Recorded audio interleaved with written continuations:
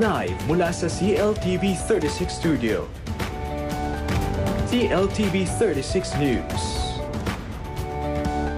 Maya Pabengi, Pampanga, magandang gabi, Central Luzon. Ako si JM De Jesus at oras na para sa mga may init na balitang Central Luzon ngayong Huwebes, April 10.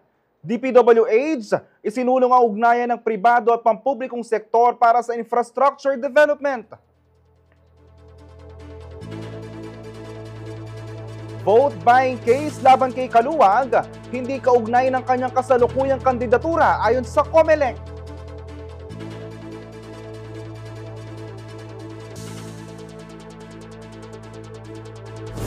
Concepcion Mayor Noel Villanueva nanindigan na walang lalabag na batas sa pagtatayo ng bagong munisipyo. Tradisyong Fernandino sa mahal na araw, nananatiling malalim ang pakahulugan ayon sa City Tourism Office.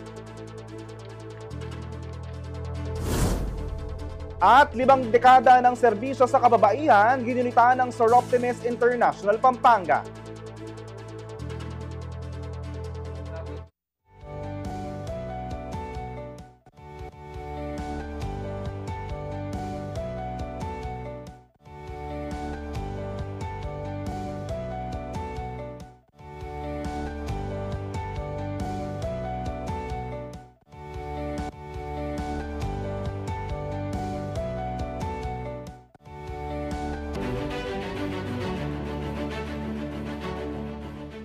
Nilinaw ng Komisyon ng Eleksyon na walang kinalaman sa kasalukuyang kampanya at kandidatura ni City of San Fernando, Pampanga re-electionist Mayor Vilma Kaluwag ang vote buying case na isinampalaban sa kanya.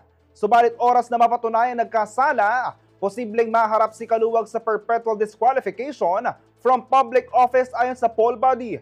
Magbabalita si Jody Dizon Mercado.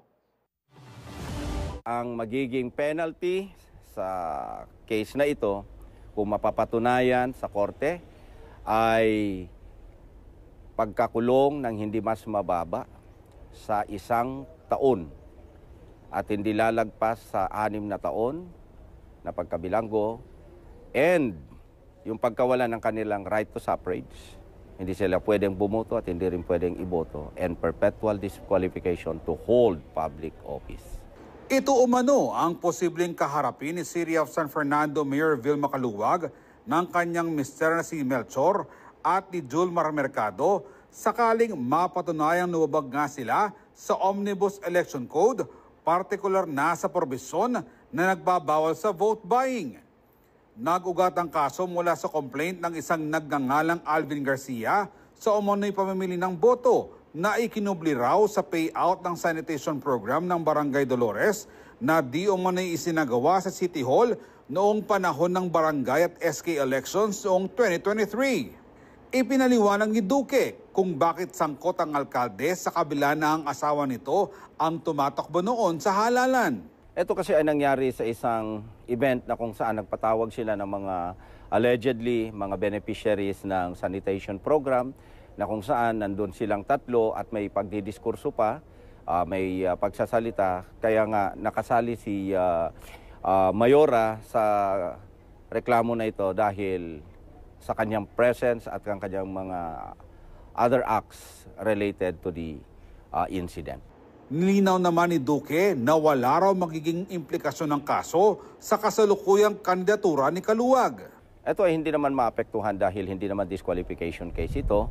Wala naman siyang nilabag na mga panuntunan ng ating ongoing na proseso ng kampanya, itong nalalapit na May 12, 2025 NLE natin. At ito ay criminal case naman. So tuloy-tuloy pa rin ang kanyang pag-upo sa kanyang pwesto bilang hinalal na mayor noong 2022 at tuloy-tuloy din yung kanyang pagtakbo bilang kandidato. Inimbestigahan at pinag-aralan daw mabuti ng komisyon ng kaso bago inihain sa Regional Trial Court ng San Fernando. Ito naman ang isinagot ng COMELEC official kung naikonsidera ang timing ng paghahain ng election case laban sa mga respondents. May process tayo at lahat ng mga proseso ay dumaan At sa aking kaalaman, ang hearing nito ay ng ating preliminary investigation naganap as of last year.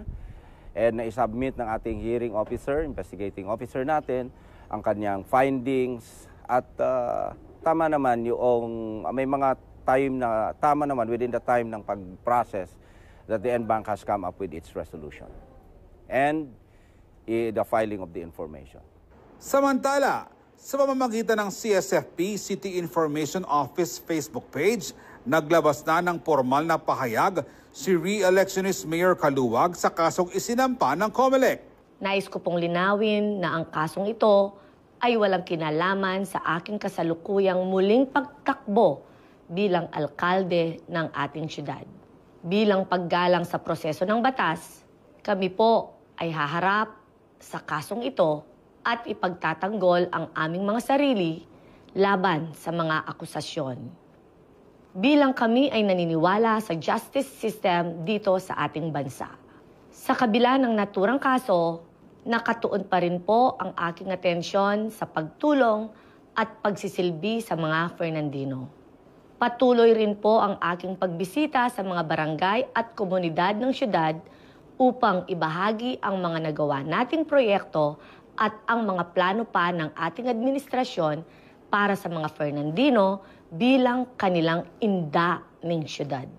Sa pagtatapos ng aking pahayag, nais kong iparating na ang paggamit ng panggigipit, pananakot, at karahasan sa politika o sa kahit anumang larangan o karera ay walang puwang sa ating syudad. Hayaan po natin ang bawat Fernandino na magdesisyon ng malaya at may kaalaman. Ako si Jody Dizon Mercado para sa CLTV 36 News. Nadiskubre sa ipinadalang tub shower faucet set ang 1.66 million pesos na halaga ng marijuana. Ipinuslit naman sa mga kahon ng gummy candies at biscuit ang 7.6 million pesos na halaga ng party drugs. Samantala sa Angeles City, ipinasara ng LGU ang isang illegal na tobacco facility. Para sa detalye, naritong report. Nasabat ng Bureau of Customs o BOC Port of Clark ang 1,078 gramo ng high-grade marijuana at 10 piraso ng cannabis-infused disposable vapes na tinatayang aabot sa 1.66 million pesos ang kabuoang halaga. Natagpuan ng mga ito sa isang parcel na idineklara bilang tub shower faucet set. Ipinadala ito mula Arizona, United States at patungo sana ng Quezon City. Nakumpiska ang illegal drugs matapos may makitang mga kahina-hinalang imahe sa isinagawang x-ray scanning at enhanced profiling ng BOC. Sa chemical analysis naman, nakumpirma ng Philippine Drug Enforcement Agency o PDEA na kush o marijuana nga ang mga ito. Samantala, in-intercept din ng BOC ang higit 7.6 milyong halaga ng party drugs na pinuslit sa mga box ng candy at biscuit nitong April 2. Nadiskubre ang 4,491 tablets ng hinihinalang ecstasy matapos ang canine sniff test at physical examination sa 7 kahon na naglalaman ng gummy candies at Belgian waffle biscuits. Base sa ulat ng BOC, ang mga nakumpiskang kargamento ay nagmula sa Brussels, Belgium at patungo rin umano sa Quezon City. Inilabas na ang warrant of seizure and detention laban sa 2 shipment kaugnay ng paglabag ng mga ito sa Republic Act 10863 o ang Customs Modernizations and Tariff Act na may kaugnay sa RA 9165 o Comprehensive Dangerous Drug Act of 2002.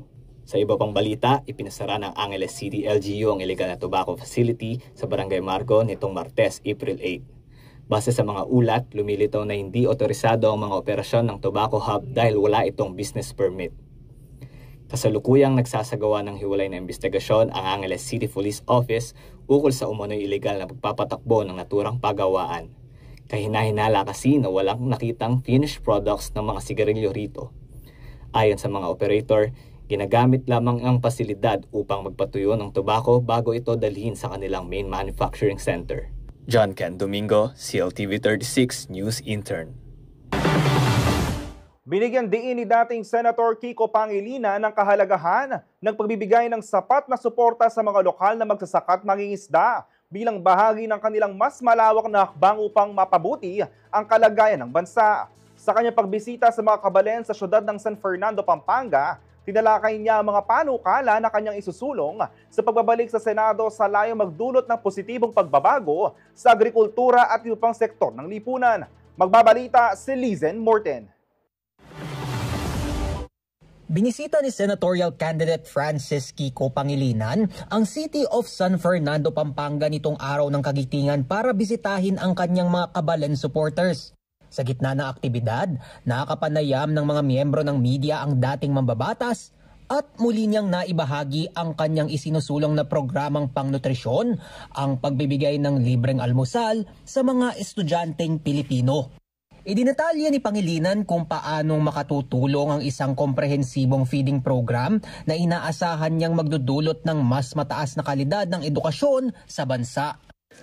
Well, right now may mga iba-iba kasing ahensya ng pamahalaan na iniimplementa itong school meals program. Pero ano siya, sabog, ika nga, hindi streamlined. Meron ng DepEd, meron ng DSWD, meron ng LGU.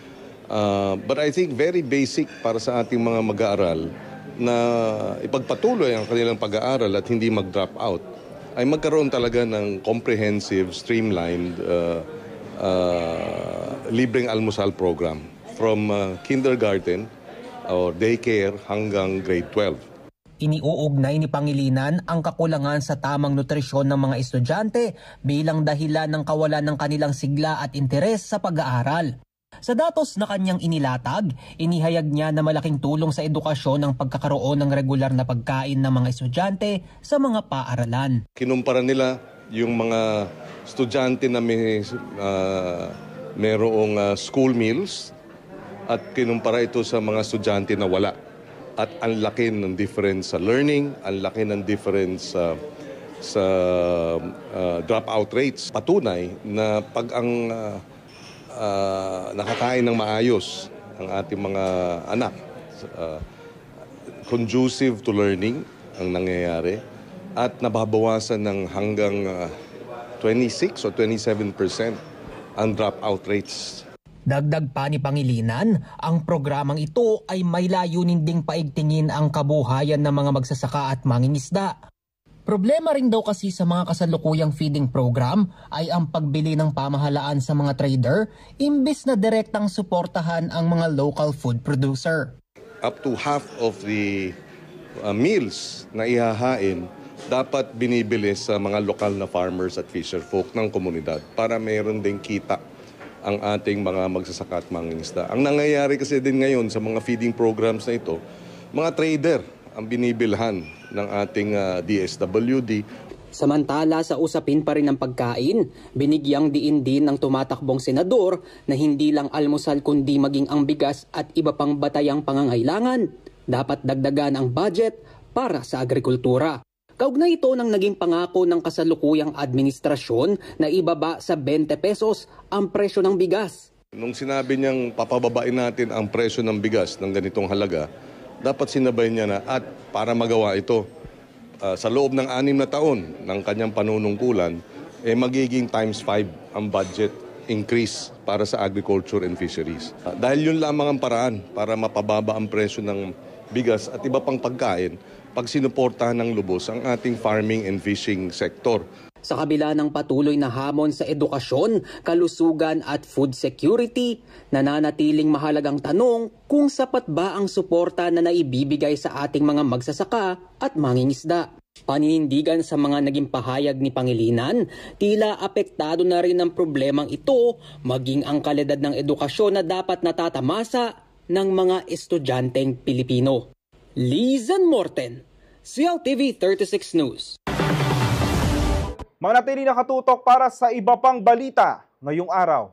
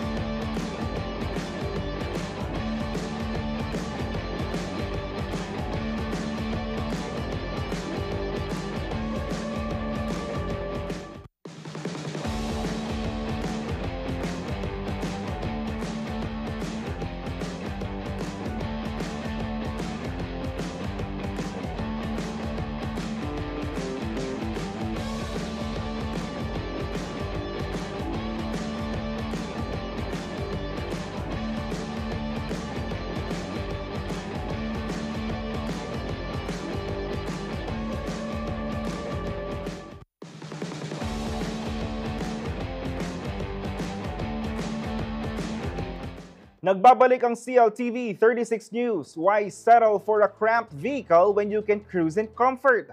With the all-new Nissan Livina, you get all the space you need, the style you want, and the reliability you deserve.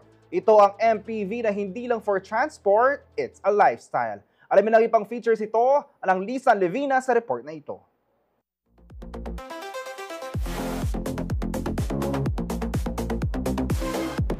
Hi, I'm Jen, sales professional at Carmix Pampanga. Here at Carmix Pampanga, we offer a wide selection of vehicles from sedans to SUVs. As you can see, we have 2023 Nissan Livina BL, automatic transmission with 1.5-liter gasoline engine.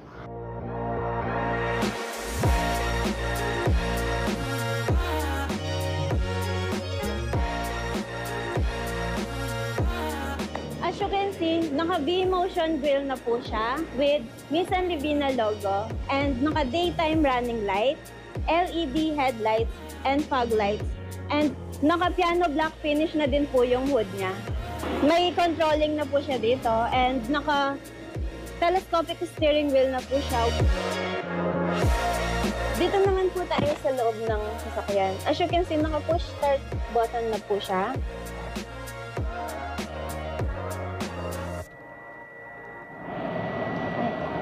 Yung aircon niya is super lamig and meron na din po siyang 6 inches Apple and Android CarPlay with nandito po sa steering wheel yung controller niya and may 2 cup holder and napakalalim po ng compartment niya dito sa loob.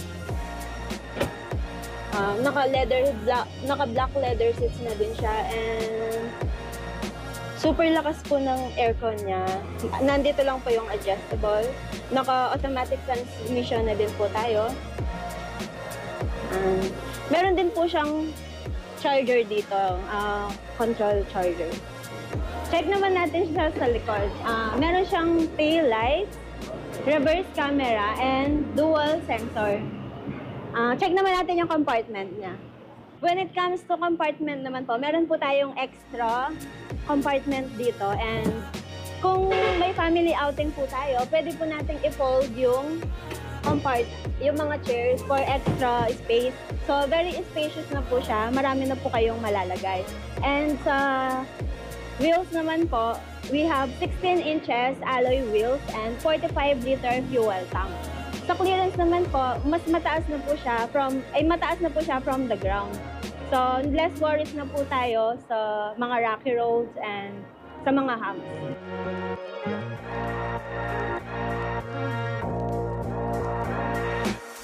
One of our best deals right now is this 2023 Nissan Livina BL, originally priced at 1,200,000, but you can avail this for only 950,000.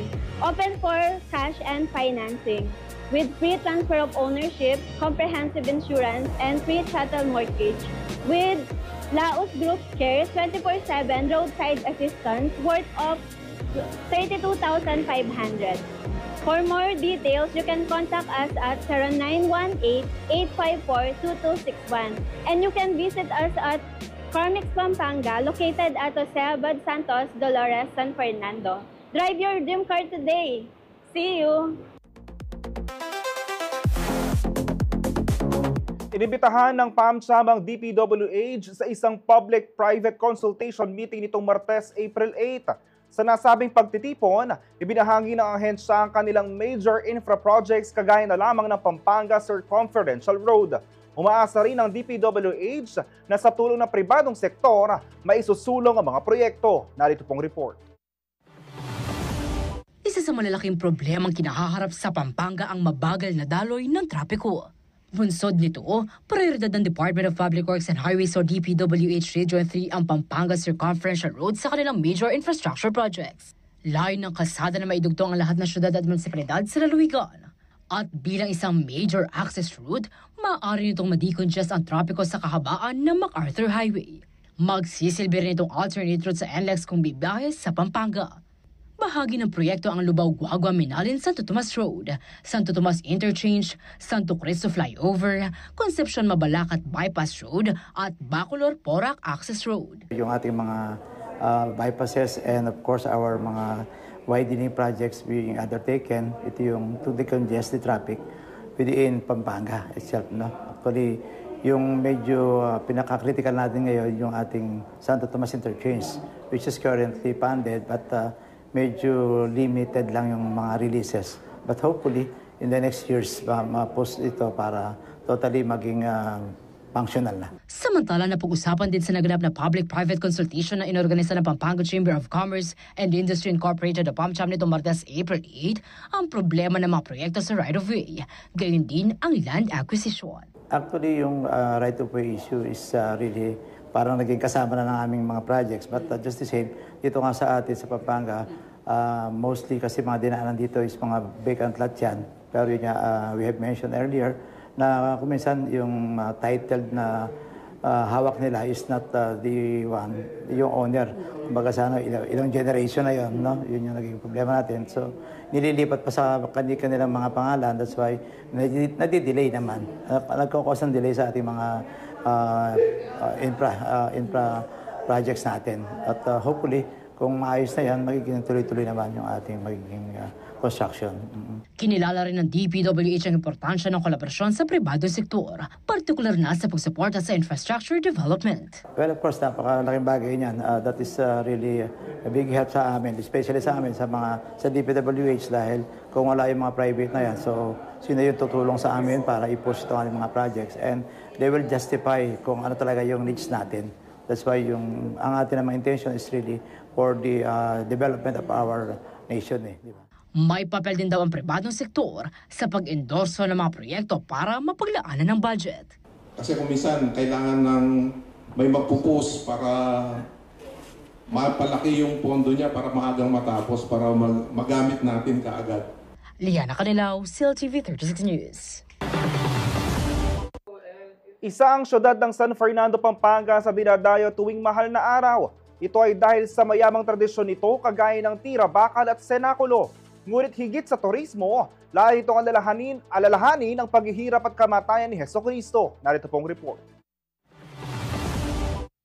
Fasting, abstinence at penitence.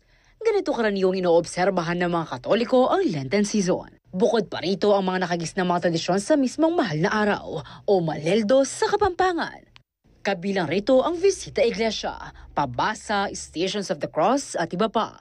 Sa siyudad San Fernando, Pampanga, inaabangan ng tinuguriang tira bakal at lasa ng Gidu o Passion of Christ, ang pagsasadula ng pagkakapako sa krus at kamatayan ni Jesucristo. Libo-libong turista at deboto sa loob at labas ng bansa ang nakikiisa rito. Gayunpaman, nilinaw ng tourism officer ng siyudad San Fernando na si Ching Pangilinan na bagamat mayroong magandang epekto sa ekonomiya at turismo, nananaig pa rin ang esensya ng nasabing tradisyon. We also have to understand originally the context of the Maleldo in our city. It was not meant for tourists. It's an observance of it's an observance by our locals, and I think this is the perspective that we should be putting out there. Na we're not doing it for tourism alone. Kumbaga, in tourism, it's the cultural reason. The cultural significance is more important than the economic significance. Dagdag pa ni Pangilinan, ito ay pag-alala at hindi selebrasyon. The Holy Week traditions ng Alila festivals, kanya pagka sasabihin nila, we do not celebrate them, we commemorate. Just to be politically correct about it. So ating time kanina na in the tourism organizations at the national level, they were promoting the Philippines as Fiesta Islands. Nga makanitang balamoy ng festivalization. So, but on the other end, you also have to look at that economic activities that are induced by such commemorations and observances are also important to the community. Kasi happening grassroots effect. Ang reenactment ng pagpapapako sa krus ni Jesucristo sa siyudad San Fernando ay nagsimula noong taong 1955. Patuloy pa rin itong isinasagawa sa kabila na hindi ito suportado ng simbahang Katolika bilang bahagi ng mga relihiyosong aktibidad sa Semana Santa. Liana Canilaw, CLTV 36 News. Bagong pag-asa raw ang hatid ng kauna-unahang urgent care and ambulatory service na binuksan ng DOH sa Pilar, Bataan. Bukod sa mas mabilis at dekalidad na serbisyong pangkalusugan, mapapagaan rin daw nito ang pasanin ng mga emergency room at mailalapit ang healthcare sa mga komunidad ng lalawigan na limitado ang access sa mga ospital. Ang detalye sa report na ito.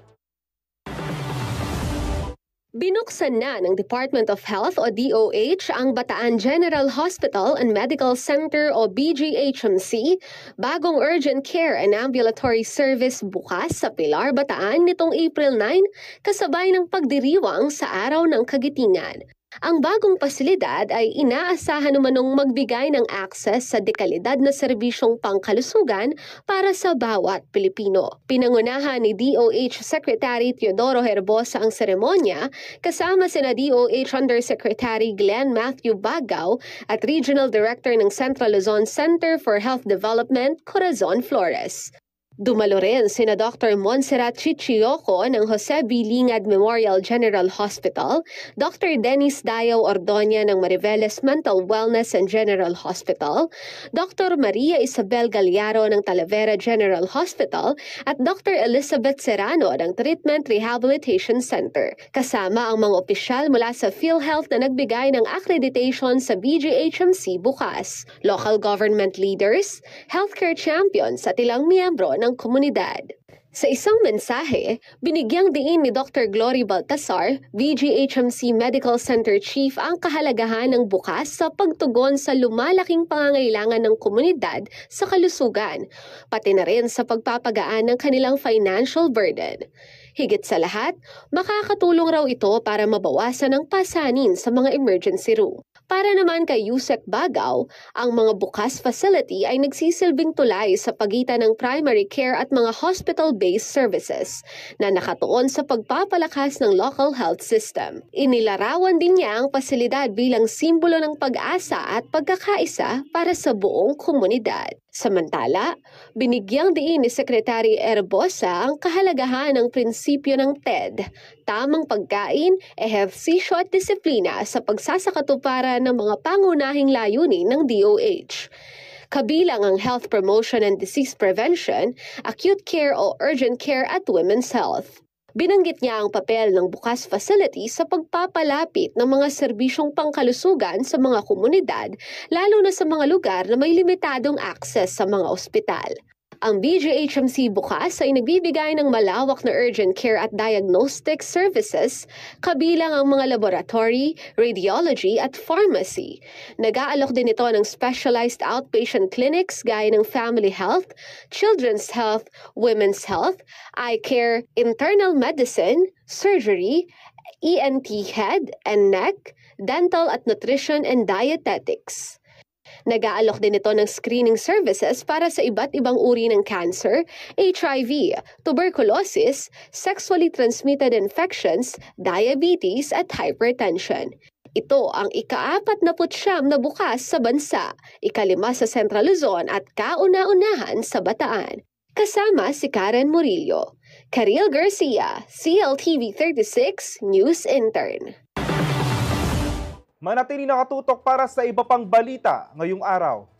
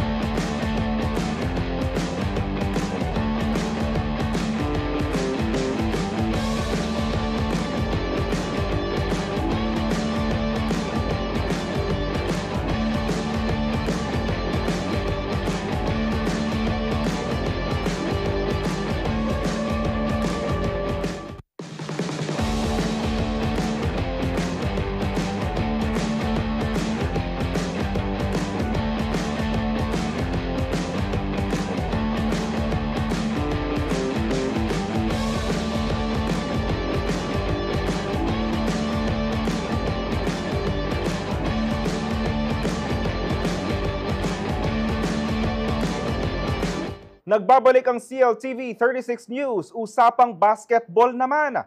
Umangat sa isang special retro matchup ang koponan ng San Miguel Beermen kontra Meralco Bolts. Alamin ang ibang detalye sa report ni Kelo Makapinlak.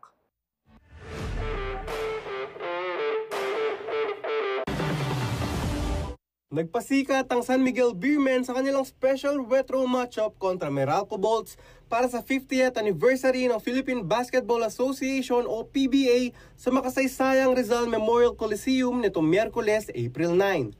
Double-double performance ang ipinakita ni Junmar Fajardo matapos umiskor ng 28 points at 10 rebounds habang suot ang kanilang nostalgic 1982 jersey. Nag-throwback din ang Meralco Bolts gamit ang kanilang orange 21 kits. Sumandal naman ang Bolts sa 27 points ni Chris Newsom upang makadikit sa Beermen. Natapos ang nostalgic matchup ng dalawang koponan sa score na 110-98. Undefeated pa rin ang Beermen habang bumaba naman sa 2-1 ang standing ng Bolts. Tunay na isang classic na PBA night din ang napanood ng fans dahil sa makalumang jerseys, fonts at broadcast graphics na ginamit para i-commemorate ang 50th anniversary ng oldest professional basketball league sa Asia. At yan ang sports news ngayong araw. Kelo Makapinlak, CLTV 36 Sports News.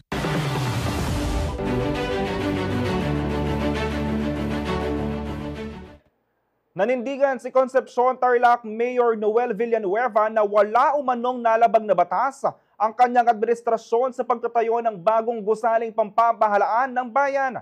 Alamin ang ibang detalye sa report na ito. Viral sa social media ngayong panahon ng kampanya ang patutsadahan na magkabilang kampo ng mga kandidato ukol sa lokal na issue sa Concepcion Tarlac. At ang pinakahuling mainit na issue ay ang paghain ng reklamong graft sa Office of the Ombudsman nitong March 21, 2025 laban kina Mayor Noel Villanueva, Municipal Assessor Officer Michael Bondok, Accountant na si Reggie Bondok at Municipal Planning and Development Staff Brian Julius Laksamana. Ang mga nagrereklamo ay ang ex-kapitan ng bayan na sina Edmund Alfonso, Marian Yasis, Nicolas Galang Alejandro Valencia at Eduardo Salas. Ito'y may kaugnayan sa di umano'y maanumalyang procurement process sa pagbili ng equipment tulad ng air conditioning unit at landscape ng bagong munisipyo. Naiposisyon na ito pero ang proseso ng bidding ongoing pa. Nagpadala po ako ng kopya ng letter kay Mr. Michael Bondok doon po sa ating back chairman noong February 26 na humihingi po sana tayo ng kopya ng lahat ng mga dokumento doon sa mga bidding. Pero sumagot po sila sa akin noong March 3 na hindi daw po nila ako mabibigyan ng kopya. Hindi ko po alam kung bakit ganon. Kaya gusto ko rin po sanang magkaroon ng agaran na aksyon pagdating po dito. Dahil alam nyo naman bilang Vice Mayor, bilang nanunungkulan sa bayan ng Concepcion, dumadaan po lahat po ng pondo. Dahil dito po yung approval, dito po sa Sangguniang Bayan. Pero makikita mo na lamang natapos na yung mga proyekto bago pa nila ilalagay o ipapa-approve yung mga budget.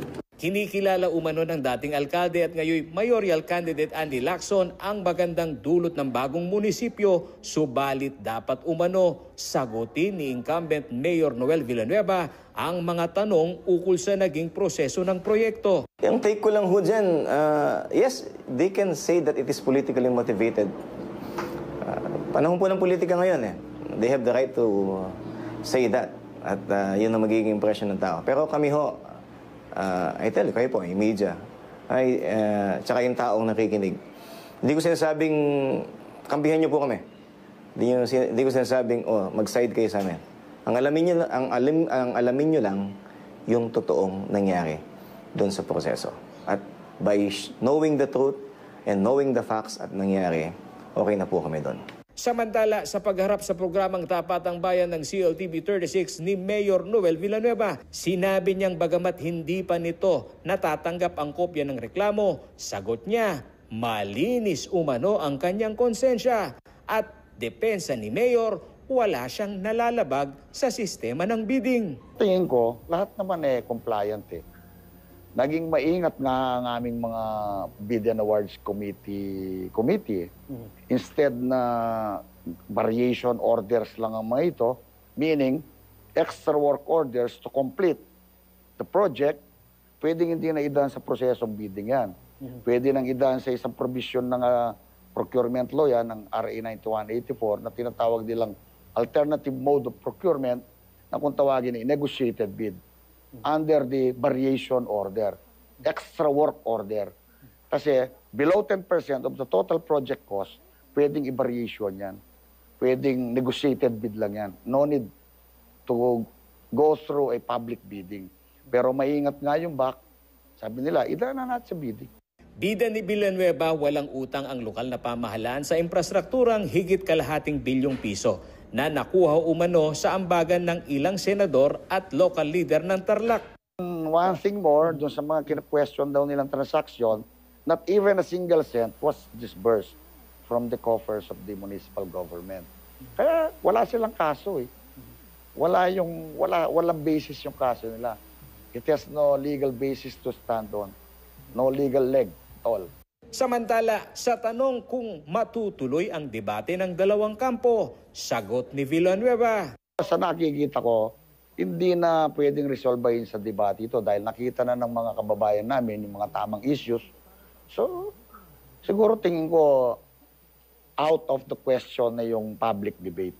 At ang hinihingi niya, sa plaza kami magdebate. At yun naman ang gusto ko rin sa plaza. So kung sa plaza, sa harap ng aming mga kababayan. So sa plaza, paunlakan mo siya? Bakit hindi? Para naman sa aming mga kababayan ay makapakinig sila sa aming mga debate. Samantala, tumugon na sa paanyaya ng CLTV 36 at haharap sa programang Plataforma 2025 si dating Mayor Andy Lacson. Paulo G. Santos, CLTV News.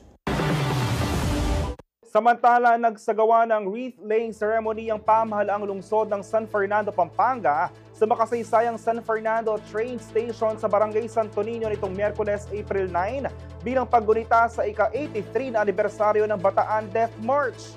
Sa inisyatiba ng City Tourism and Investment Promotions Office, pinarangalan at kinilala sa naturang seremonya ang mga buhay at yumaong veterano ng ikalawang digmaang pandaigdig.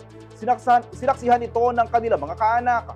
Mahalaga ang ginampanang papel noon ng lungsod ng San Fernando sa kasaysayan ng Death March dahil dito nagtapos ang marcha ng mga sundalong Pilipino at Amerikano bago sila isakay sa mga tren patungong Capas, Tarlac.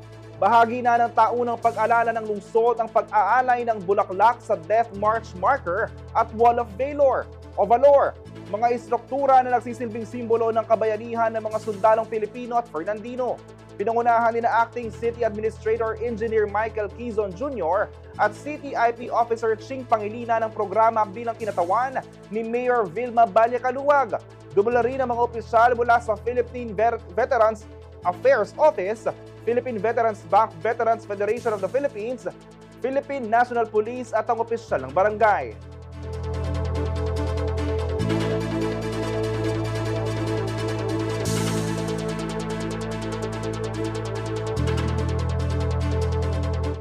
Sa gitna ng paggunita ng bansa sa Araw ng Kagitingan, muling binigyan diin ni Pangulong Ferdinand Marcos Jr. ang kahalagahan ng kabayanihan at sakripisyo ng mga Pilipino, hindi lamang noong digmaan kundi maging sa harap ng mga hamon ng kasalukuyan.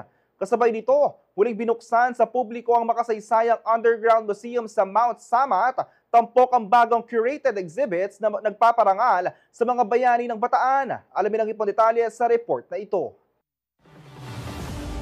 Wala nang hihigit pa sa sakripisyong ipinamalas ng mga bayaning ginugunita natin ngayon. Inialay nila ang sariling buhay para sa kapayapaan at kalayaan ng bayan.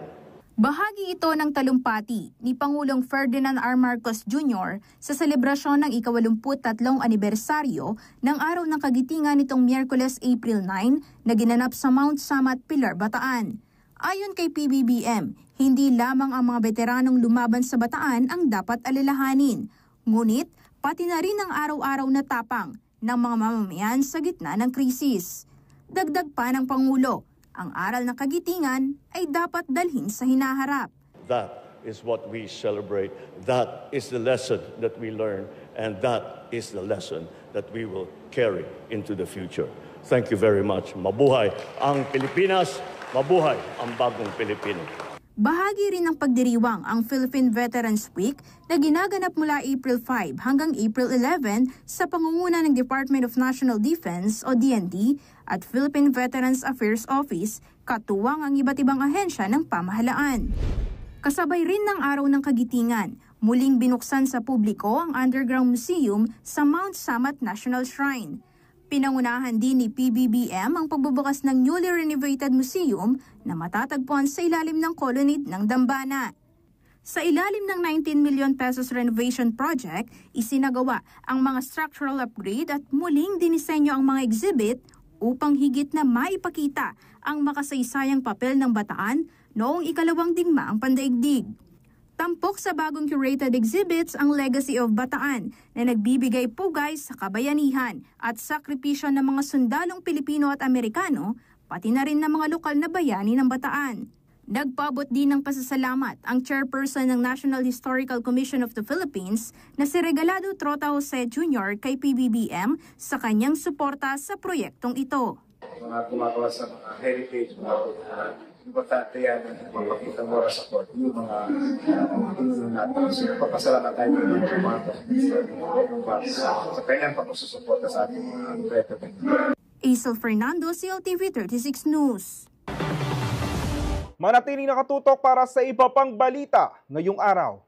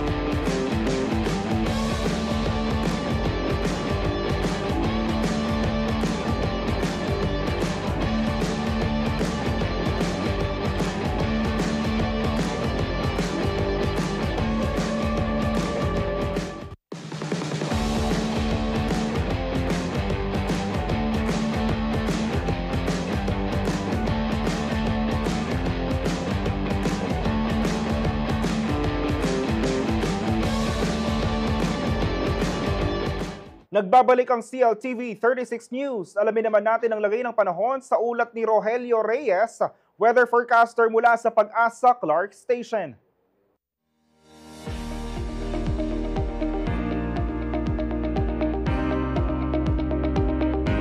Ito po ang magiging pagtaya ng panahon sa susunod na 24 oras ngayong araw ng Huwebes, Abril 10, 2025. Intertropical convergence po ang nakakapekto sa eastern section ng Mindanao. Dahil po dito ang Eastern Visayas, Caraga, Davao Region, Northern Mindanao, kasama na po ang Zamboanga Peninsula, ay naasahan po natin magkakaroon ng maulap na papawirin na may kalat-kalat na pag-ulan, pagkidlat at pagkulog.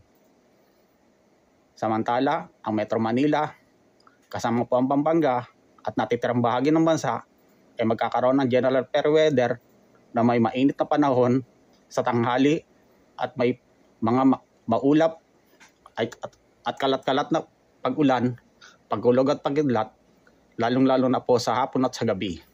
Ito po ang lagay ng panahon.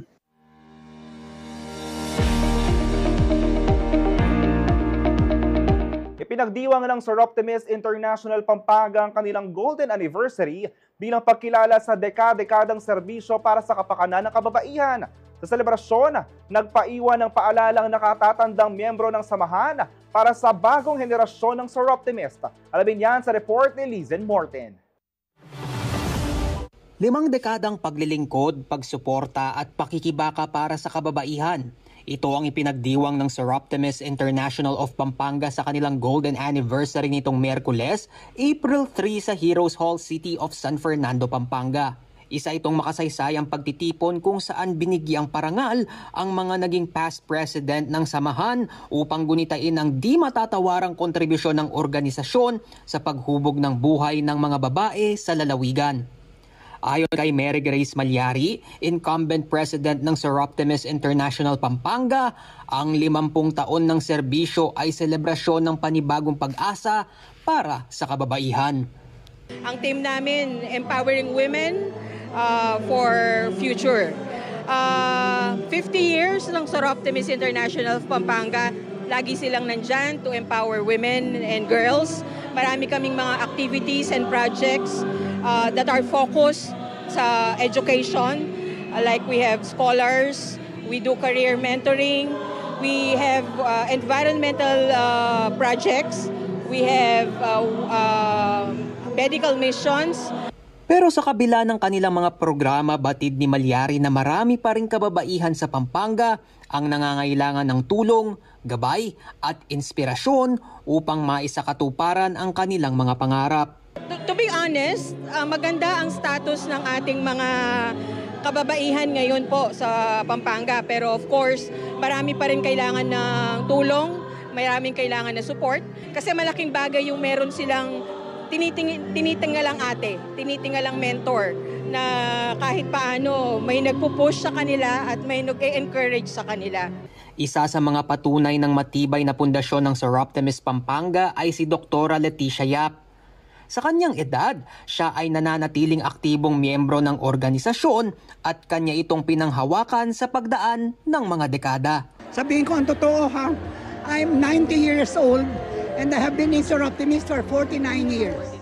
Ang kanyang pananatili sa grupo ay udyok aniya ng isang personal na misyon at ito ay ang makita ang kababaihang umaangat sa kabila ng mga limitasyon at balakid ng lipunan.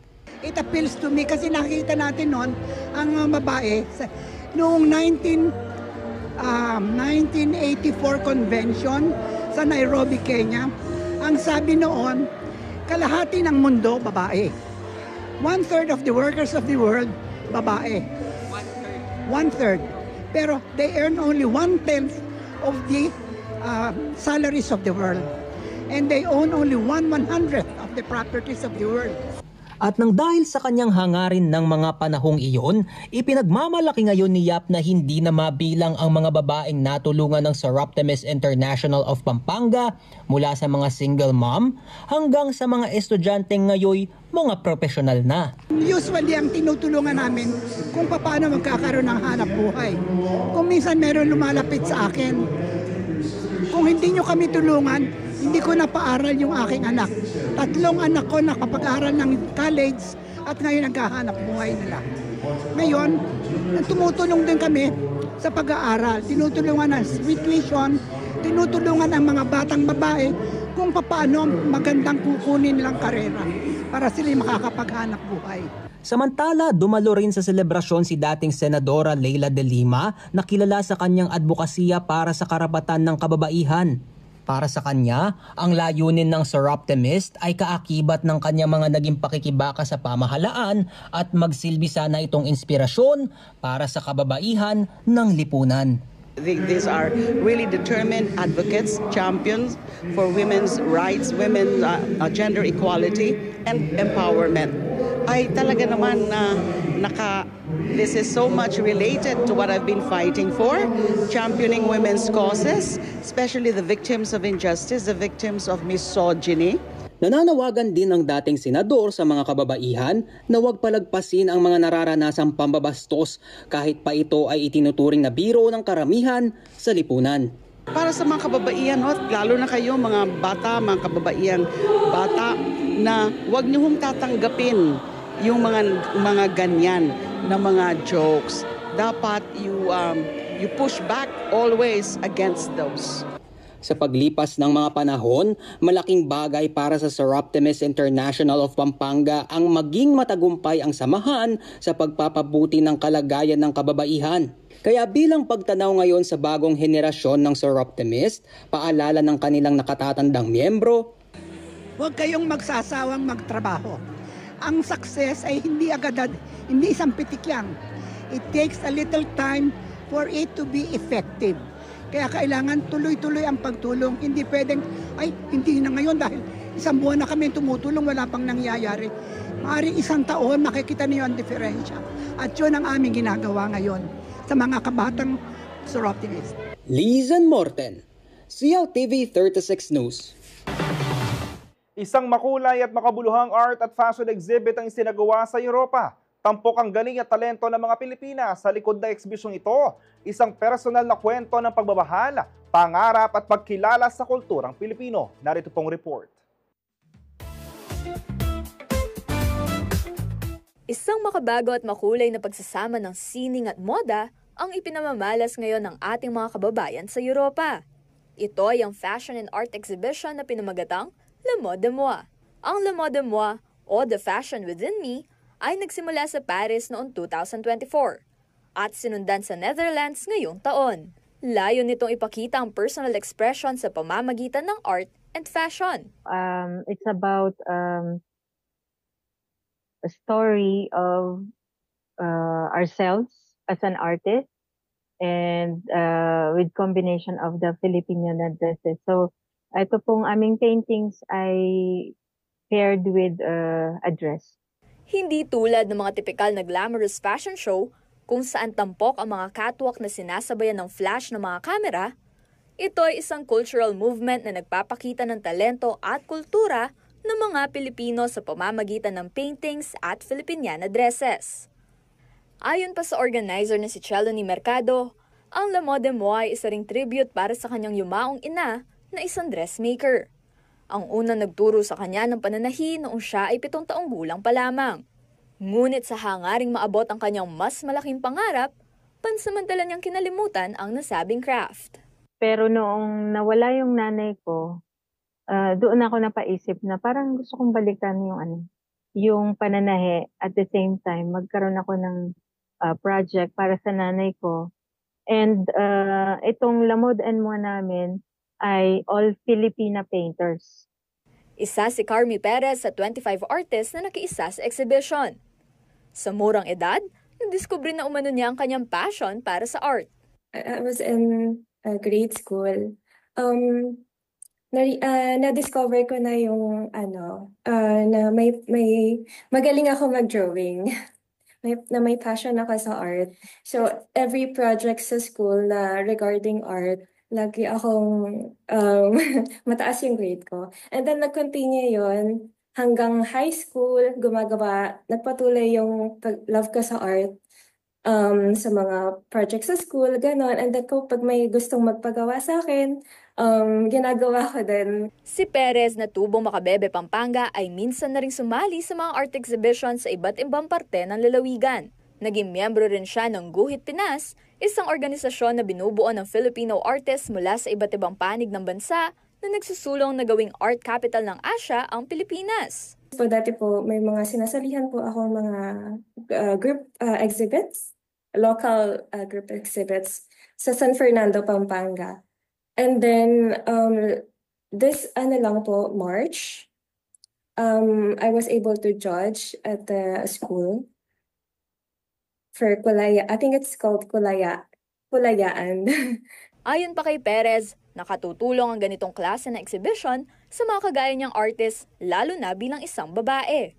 Nabuboost daw ang kanilang self-confidence at e-express ang kanilang sarili sa pamamagitan ng kanilang mga likha. Maipakilala ko ang ating kultura, mga Pilipina painters, at mai-express natin yung ating artistic side. And hindi lang po tayo bilang isang babae, isang nanay, meron din po tayong ibang kakayahan na magawa through painting and designing and dressmaking. Samantala, sa Canada naman magbibida ng iba't ibang obra ang La Mode de Moi sa susunod na taon. Kasama si Danny Cagino, Arlen Salonga, CLTV 36 News. At yan ang mga balitang nakalap ngayong araw kasama ang buong pwersa ng CLTV News and Current Affairs. Ako po si JM De Jesus. Maraming salamat po.